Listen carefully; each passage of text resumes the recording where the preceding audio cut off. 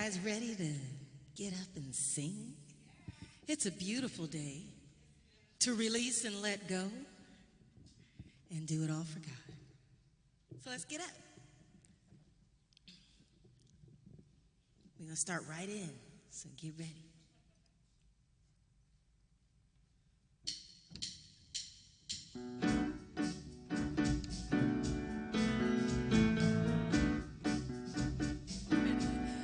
I release and I let go.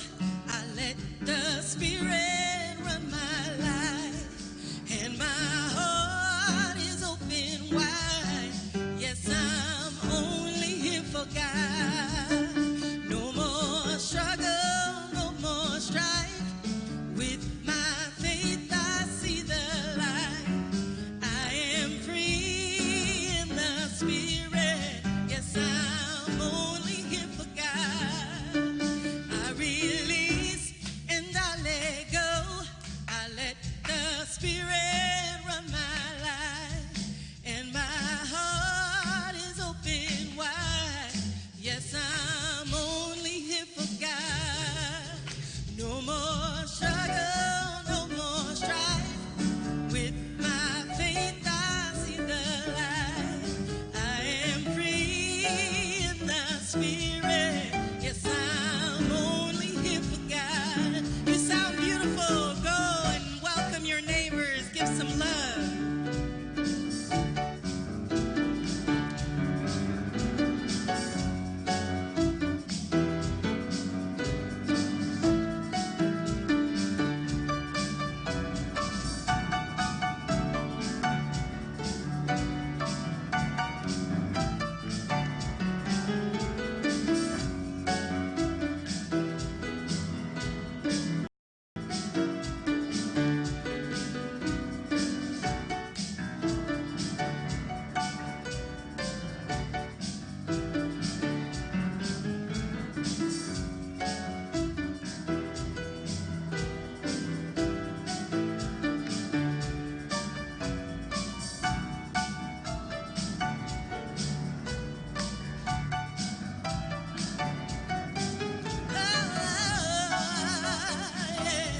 Come on back so we can sing together.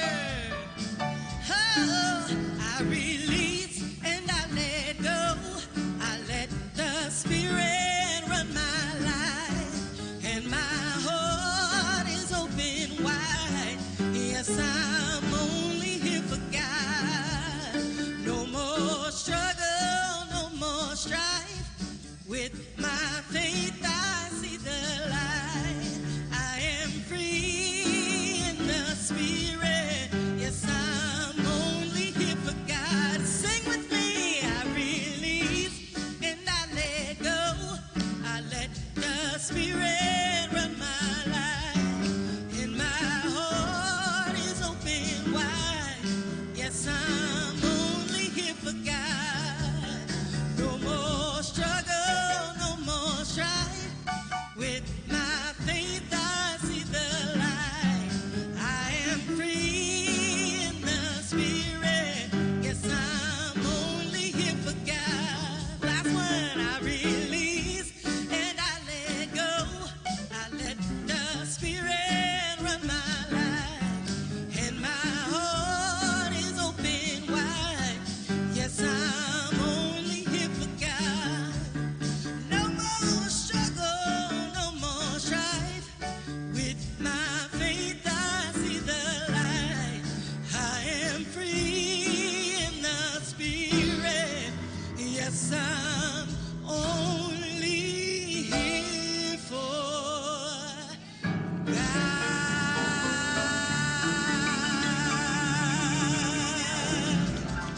Lovely to hear you this morning. All right, good morning. Welcome to the Center for Spiritual Living in Bakersfield. My name is Sharon Whaley, and I'm your practitioner today. Very excited to be that. All right, so as we do, we'll start with reading our vision statement together, which is up on the screen. We are a spirit-centered, vision-led, consciousness-driven, inclusive spiritual community. We are here to awaken humanity to its spiritual magnificence. And then if you'll join me in reading our mission statement, is to create a sacred place for spiritual practice and to foster the beloved community. All right. And now it's time for our opening spiritual mind treatment. So if it's comfortable for you, you can go ahead and close your eyes. I invite you to take a deep breath and just become present in this moment. This is that time where we say hello to Spirit. So knowing that Spirit is the only thing happening here this morning, I know that God is love. I know that God is that creative and infinite intelligence. I know that God is absolutely everything that we call this thing called life.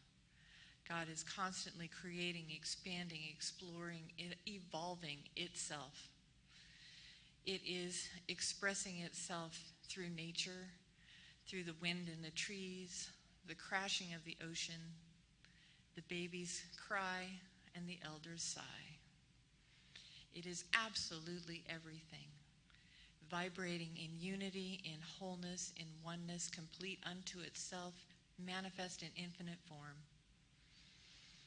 And so I know that I am one of those divine created, infinite possibilities of God expressing. And I know that each one of us here this morning is that as well. We are all manifestations of the one, that one divine love. And as we gather here together, we create that field of love that everyone can walk into, that can feel the presence of God in, around, and through each and every one of us, unifying us into one whole. And this love radiates out into our community, blessing our community. And so I know our time together this morning is a blessing as we share this community, as we share the abundance that is God, this infinite abundance, this source. I know that our message is blessed and inspiring, and that each of us here this morning receives exactly what we came for. For it is already done in the mind of God, and we open to a new expression and a new experience as we are here this morning. I know that our volunteers are the hands of God, and we are grateful for them. And I know that the musicians are the song of God. I know that everything here together is created in this vibration of abundance. And I'm so grateful for this time together. In this deep gratitude, I just feel this joy, and I release this word into the law, into the mind of God that only knows yes and more. And so it is. And now Kristen will bless us with the song.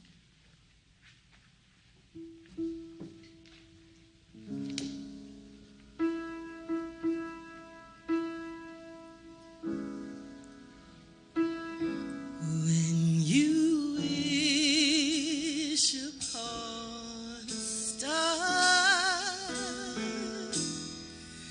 makes no difference who you are.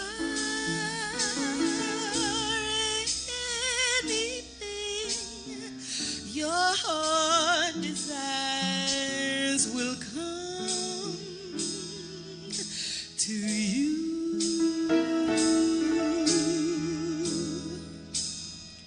If your heart is in your dream, no request is too extreme. When you wish upon a star as dreamers do, fate is kind.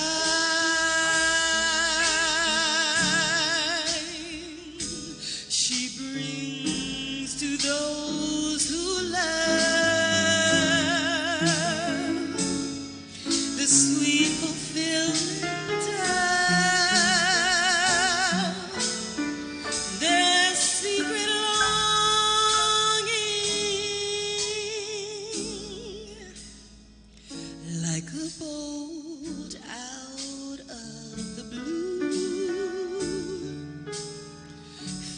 steps in and sees you through.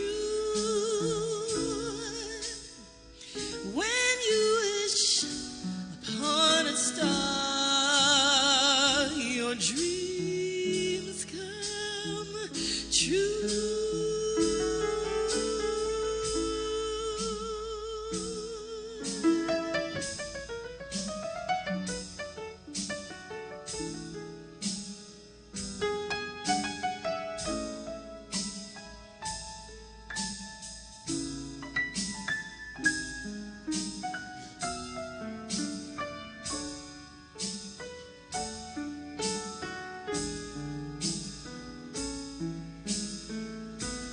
Fate is kind.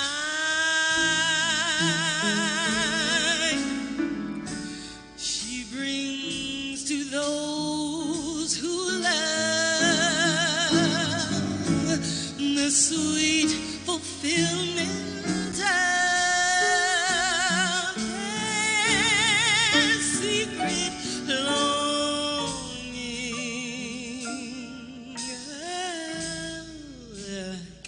A boat out of the blue, fate steps in and sees you through. When you wish upon a star, your dreams come true.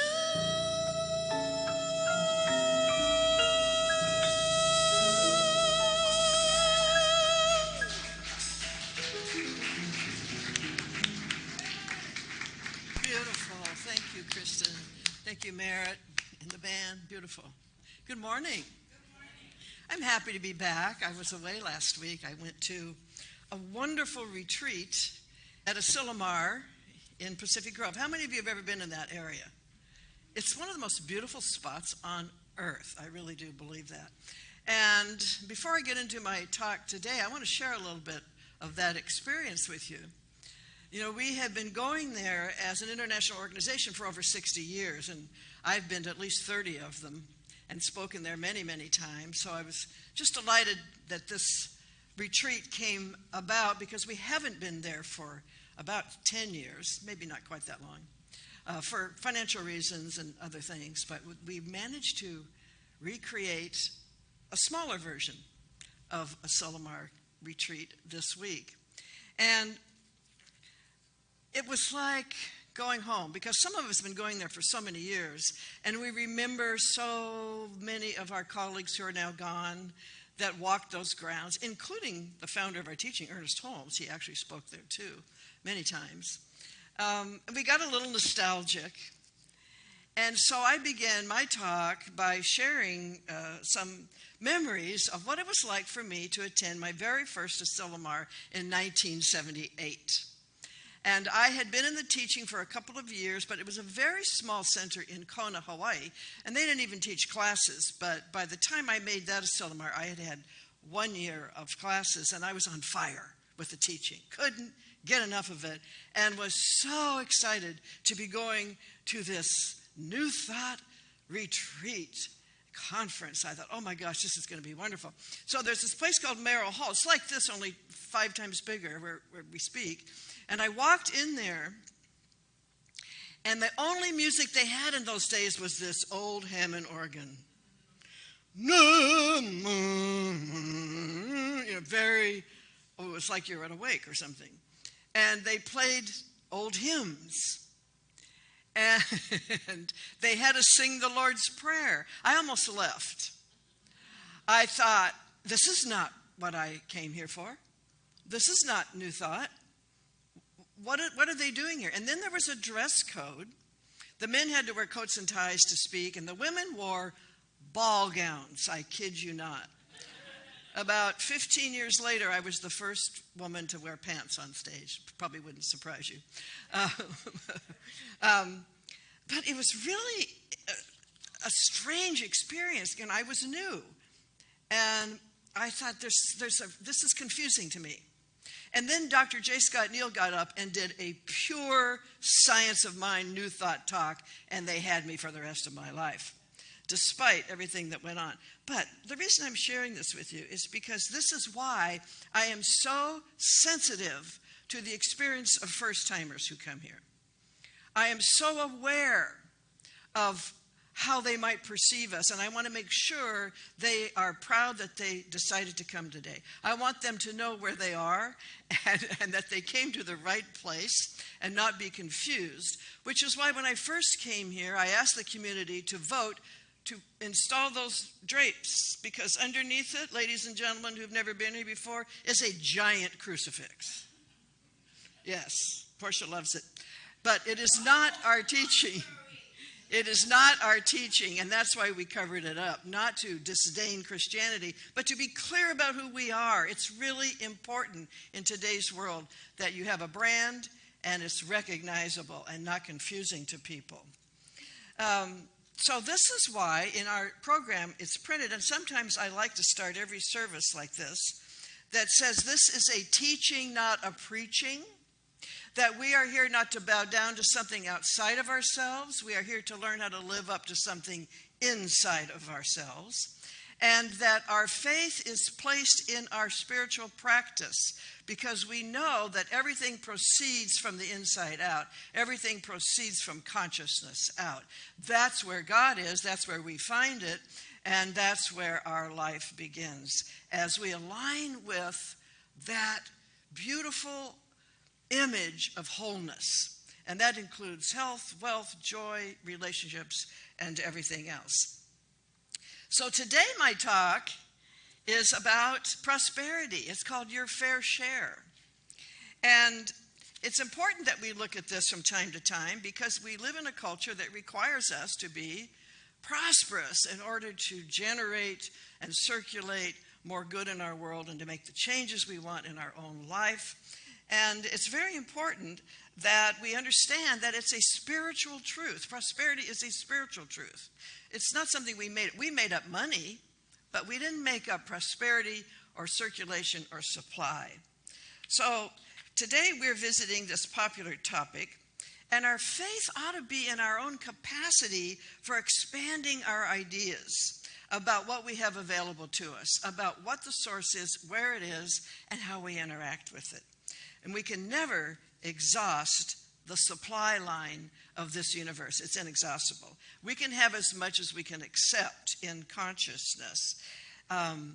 So your fair share, there's really no such thing like dividing up a pie or something. Your fair share is what, and my fair share is what we can generate in our lives by our spiritual understanding, our spiritual practice, our beliefs, our acceptance, and all of this, of course, is tied in to our self-identity and who we think we are. And that's what this teaching is really about.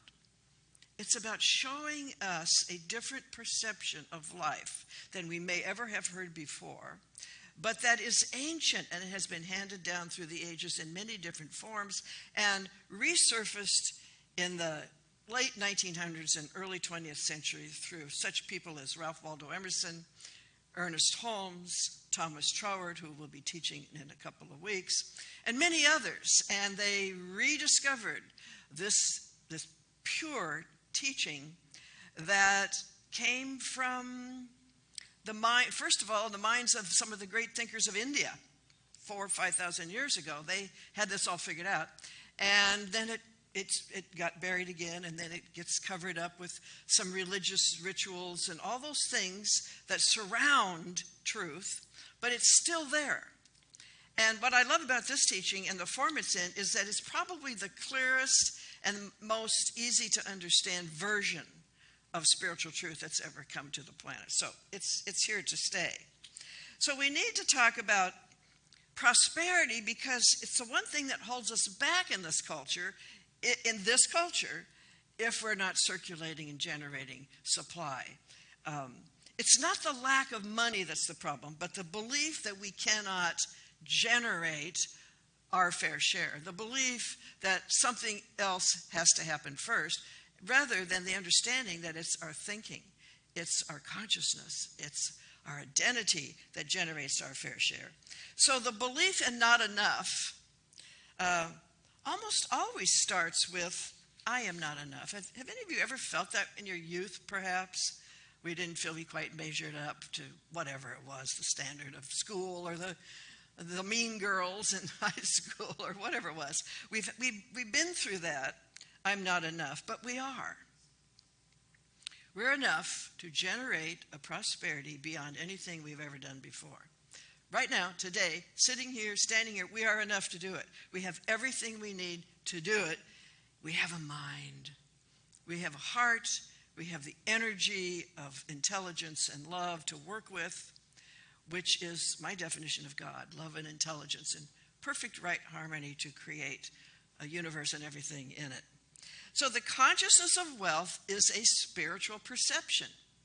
It's the realization that the source of life, you can call it by any name, is constantly creating everything out of itself, and there's no end to it. It can't run out of itself. It's pure intelligence, pure love.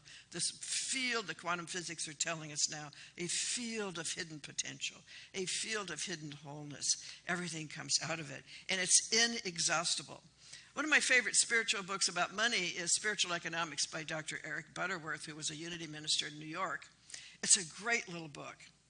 And he just stresses and says, you cannot say this enough. God generates everything out of itself by becoming the thing it makes, which means it's being us.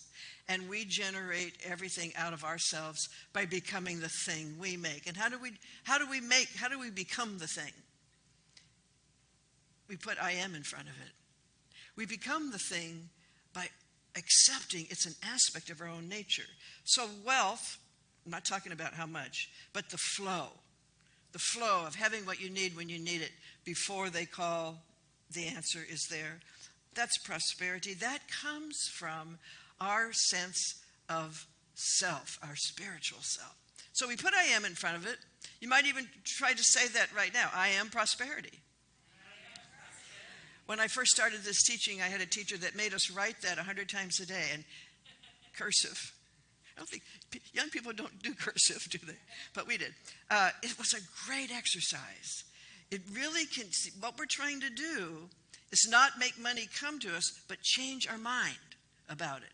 Change our consciousness about it. Become one with prosperity so that it can flow through us, to us, from many different avenues and venues.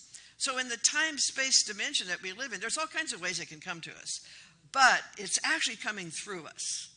We're actually generating those opportunities by the consciousness we walk around in. It's a vibration, and it's attractive, or not. So it's decidedly positive, decidedly for life, rather than against it. The consciousness of wealth includes a deep appreciation for life.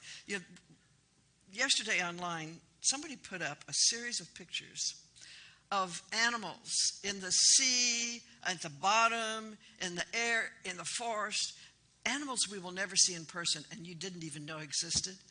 The most astonishing looking things. Some of them were so overly designed, I wanted to say, what were you thinking? Just incredible stuff. And this little planet, as I've said so many times, is just replete with that. Life, life, life, life everywhere. When I was at a Silvermar, my room was on a ground floor, and it had these old-fashioned windows that opened out, and it's in a forest by the ocean, this place.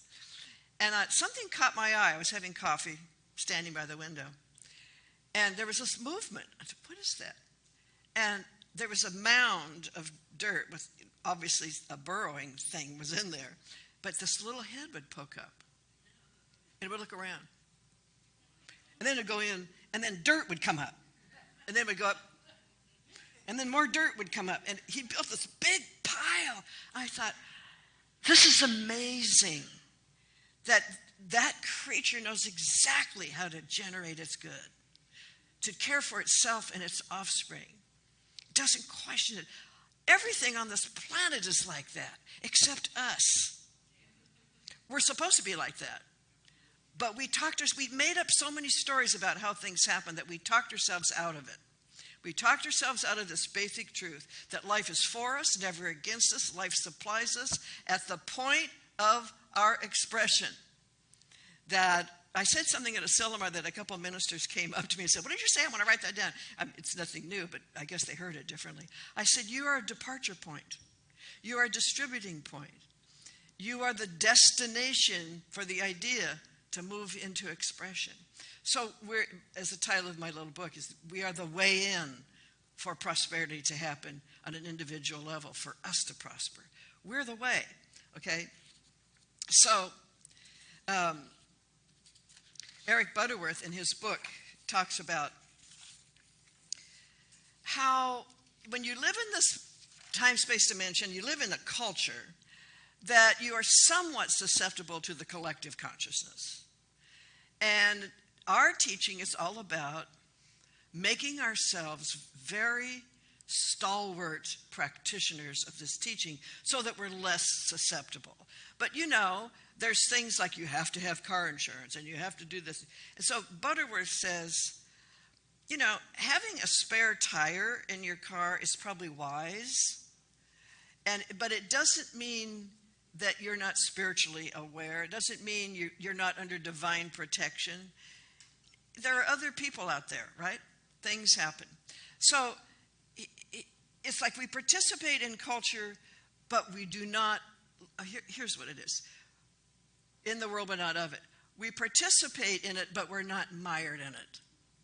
We're not convinced. We participate to the level that we feel comfortable, but we never give it any power. Never give it any power. In the time-space dimension, things happen. So we want to train ourselves to have more faith in our own inner life than the life we see out there. More faith in God within. Call it spirit or intelligence, love, whatever you want to call it. More faith in our consciousness than we have in statistics or actuarial tables. More faith in our consciousness to generate good in our life than in the news or what we see on the news. More faith in truth than in false beliefs. So we do what the culture requires, but we don't see any of that as the source of our experience. So our consciousness is that means how much are we feeling, are we aware of a presence? Some kind of presence. I quoted Thomas Merton a couple of weeks ago. He said there's a hidden wholeness underlying everything. There's a hidden presence within everything. You and I are sentient beings. We're conscious beings. We see, we hear, we speak, right? We love. What does that mean? It has to mean that the source of life is exactly that. Exactly that. It's sentient. It's conscious. I know some of the great scientists are starting to say the universe appears to be conscious. It's really hard to grasp that, except we're conscious. We didn't arise out of a vacuum. We came out of a field of consciousness, which quantum physics is now beginning to discover, and calling it the field of all potential. And we have that. We are connected to that. So here's some simple ways to keep our mind stayed on the wealth of the universe. Refuse to engage in lack talk. Lack talk is gossip. Not enough to go around. And the economy, and they won't. And don't do, just do not, if you can stop yourself. And sometimes you're in a position where you're not in a place where there's like-minded people. Maybe you're in your office and you're the only one that believes this stuff, right? Butterworth says, be the lead voice. Just challenge it. Challenge lack thinking. Challenge it in yourself and challenge it when you hear it. It can be as simple as saying, I don't believe that. I believe wealth is our inherent spiritual birthright, and we can all generate it to the degree that we can accept it for ourselves. Just, you can say anything, and you will get people's attention, believe me. Some of you came from a Christian background, so you might remember this psalm. I love this, that this advice is is right there in that old book. It said, "Blessed be the one who walks not in the counsel of the wicked, nor stands in the way of sinners, nor sits in the seat of scoffers, but his delight is in the law, and on the law he meditates day and night. He is like a tree planted by streams of water that yields its fruit in its season, and its leaf does not wither. In all that he does, he prospers." See, there's that ancient truth running through one of the ancient scriptures. It's actually running through everything. So what is the law that we talk about here? It's a principle. And it's stated in many ways, like, for instance, it is done unto you as you believe. As you believe, in the form of your belief, the quality of your belief, the consciousness of your belief, it is done unto you as your belief. It's also done unto you as you believe in the moment. That the manifestation is always attempting to come through in the moment.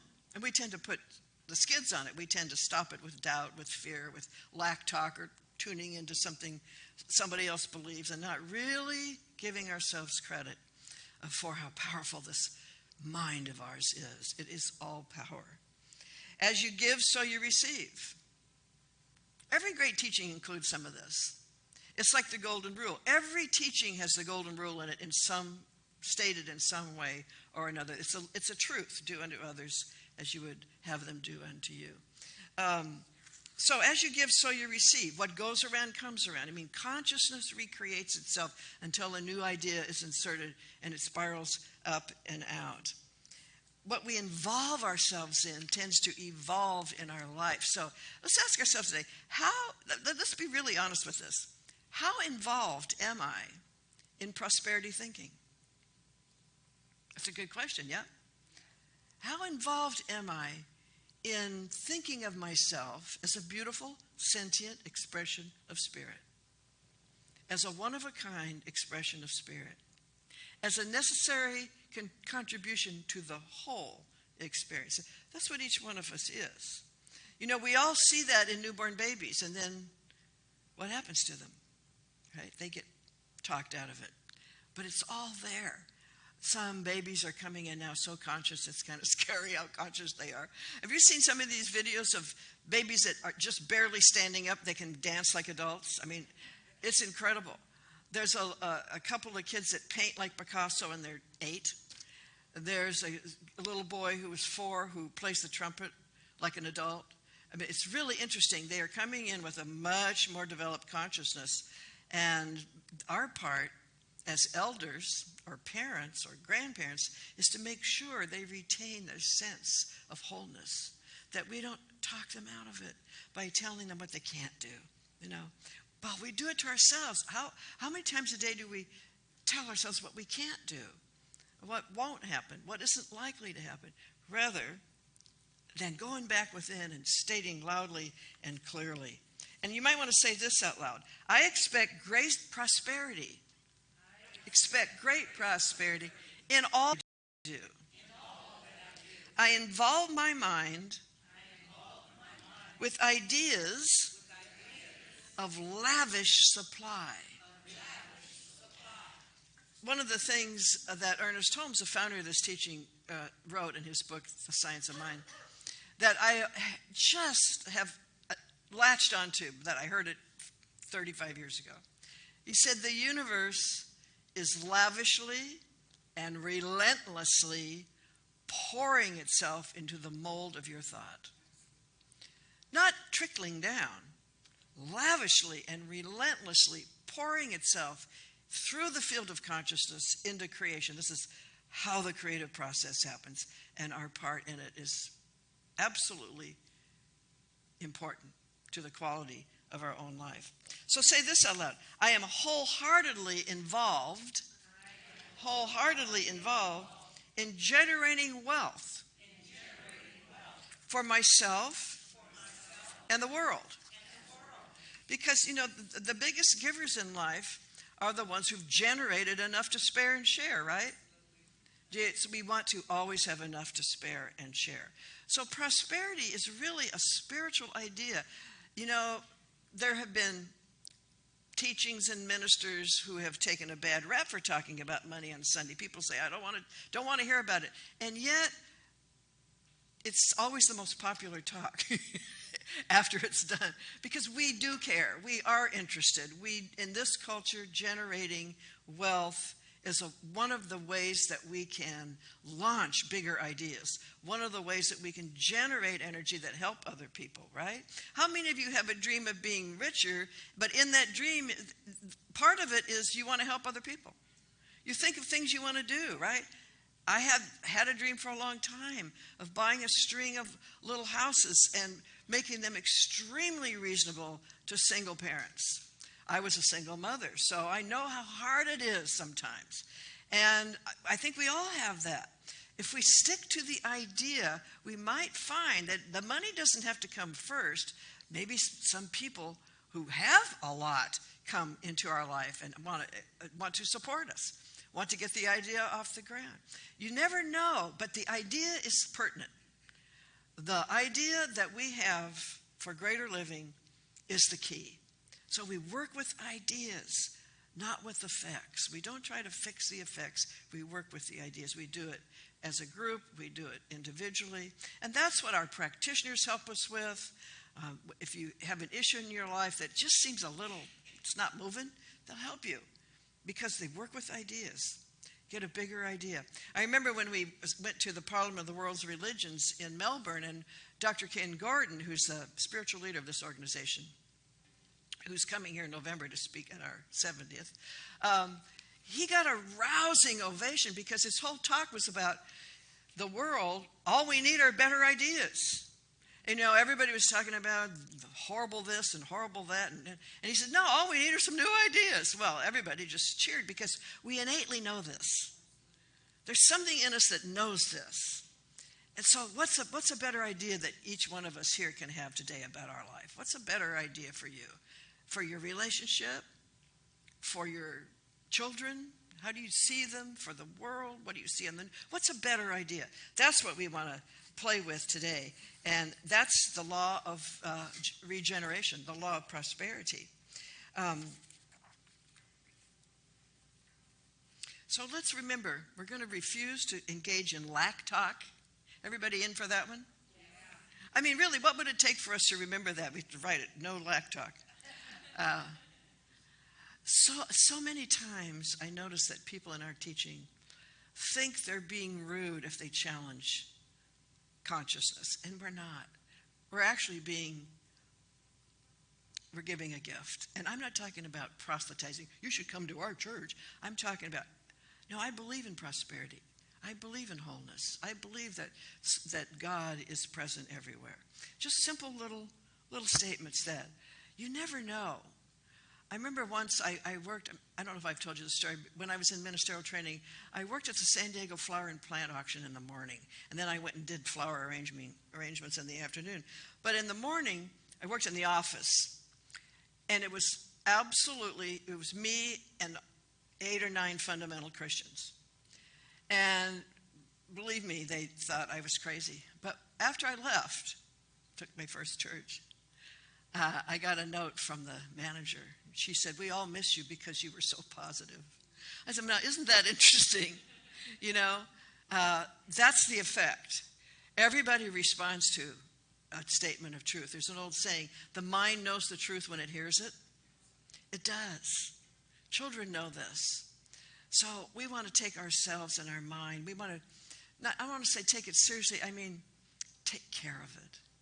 Let's take care of let's make sure we allow what goes in here something that we really want to evolve in our life. Because what we involve ourselves in will evolve. And we always involve ourselves in what's going on in here.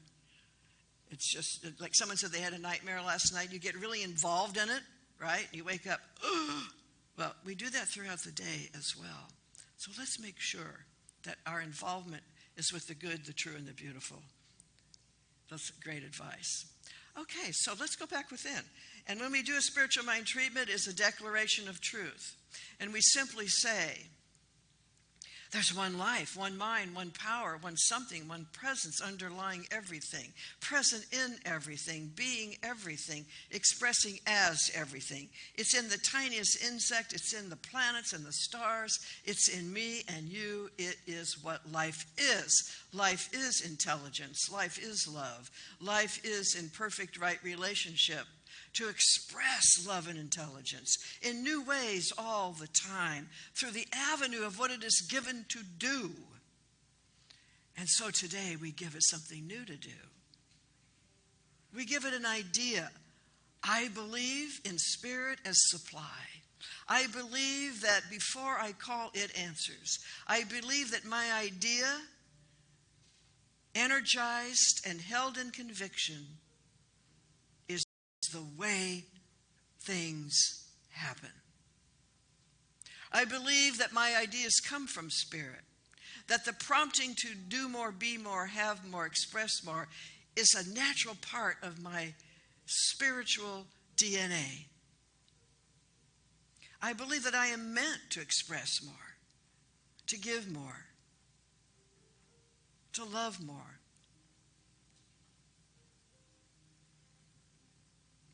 And so today I'm speaking in the first person for all of us, the I am within each one of us. I am wholeheartedly involved in generating wealth that I might make a greater difference in this world. I am willing to be seen and known for who I really am.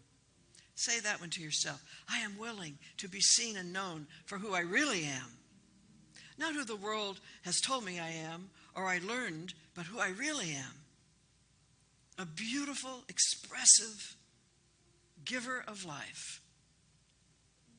And so everything that is necessary to the unfoldment of a greater idea finds its way to me, through me, by many avenues. And it all comes from God, from the one mind, the field, the perfect intelligence. And so I leave here today really energized with the idea of standing in my own power and taking it wherever I go and letting it lead the way. And so in great gratitude for this teaching, for Ernest Holmes, for all who came before him, who kept this teaching alive in one form or another, we simply let these words become the law of our life. And they do so right now. I know that this week everyone in this room will see some beautiful change in their life regarding supply. I know that each one of us has entered through these doors today because our spirit, our psyche, our heart wanted to know this truth in a new way. And I know that the law always executes the perfect solution. And so we're grateful. Before anything even changes in the outer, we know it has changed in us, and we let it be, beginning right now. We say it together, and so it is. So it is. Kristen.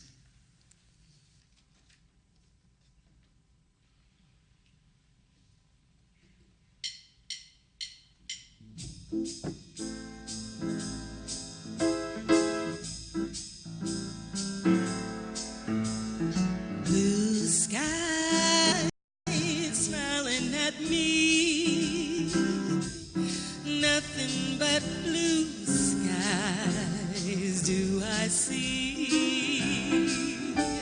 Oh, bluebird singing a song, nothing but bluebirds all day long.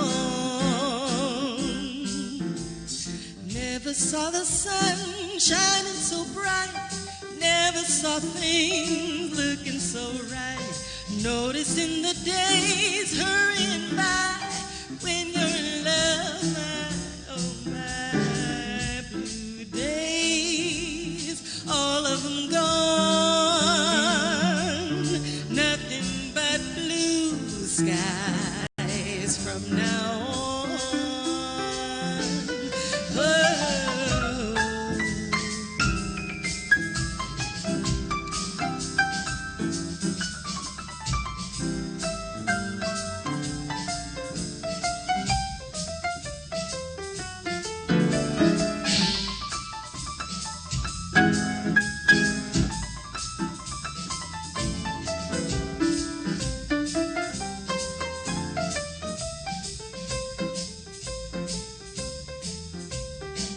Never saw the sun shining so bright. Never saw things looking so right. Noticing the days hurrying by. When you're in love, my, how they fly. Blue days, all of them gone. Nothing but blue skies from now on.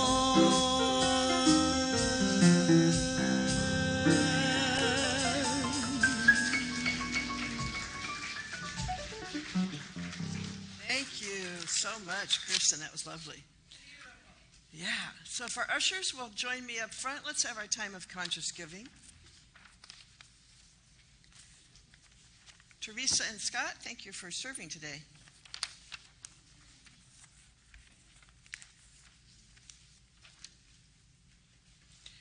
Conscious giving is different than just mindlessly doing something of any kind. You know, we want to be conscious when we do everything, but conscious giving is really important because we're putting our belief system in circulation. We're saying, this is important to me. I support it. And I know that as I give, I receive. I know that what goes around comes around. I know that the Spirit is lavishly and relentlessly replenishing everything I give. So let's say our conscious giving affirmation together. Divine love blesses this gift. It is circulated with love and is returned to me, pressed down and overflowing. I am a happy giver and a grateful receiver. Our center is blessed, and so are we. Thank you so much. Let's sing it. I am so blessed. I am so blessed. I am so grateful for all that I have. I am so blessed. I am so blessed. I am so grateful. I am so blessed. We are so blessed. We are so blessed. We are so grateful for all that we have. We are so blessed. We are so blessed. We are so grateful. We are so blessed.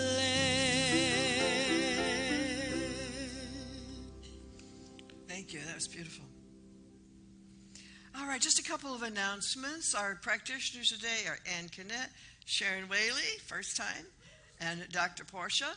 And if you have an area of your life that you would like to see healed, increased, expanded, released, meet them over there in those side chairs and they will help you out with that. It's a lovely experience. And on Sunday, it's with our compliments.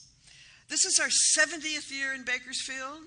Ernest Holmes actually dedicated this building way back then. And we're going to have a series of events in November that we're in the planning stages now.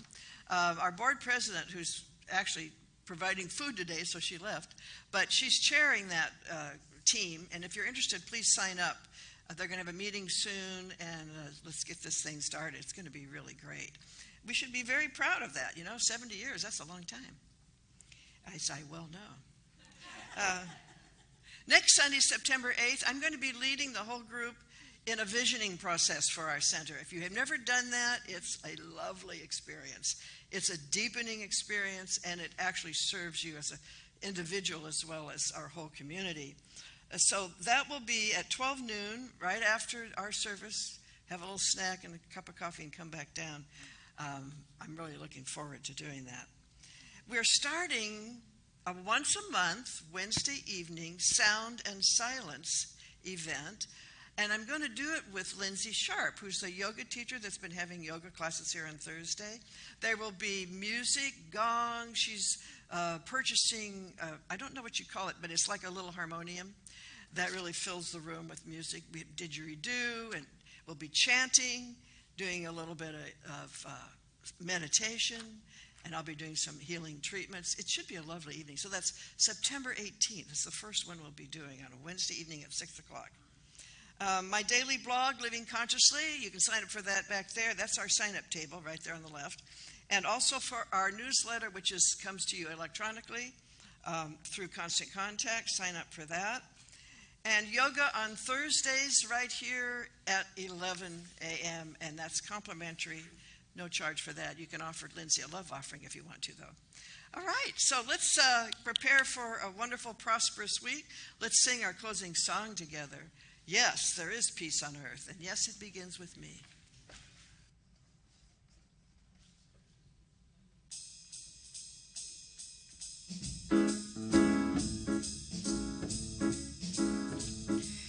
Yes, there is peace on earth, and yes, it began with me. Yes, there is peace on earth, the peace that was meant to be. With God as our power, united all are we. Yes, we walk with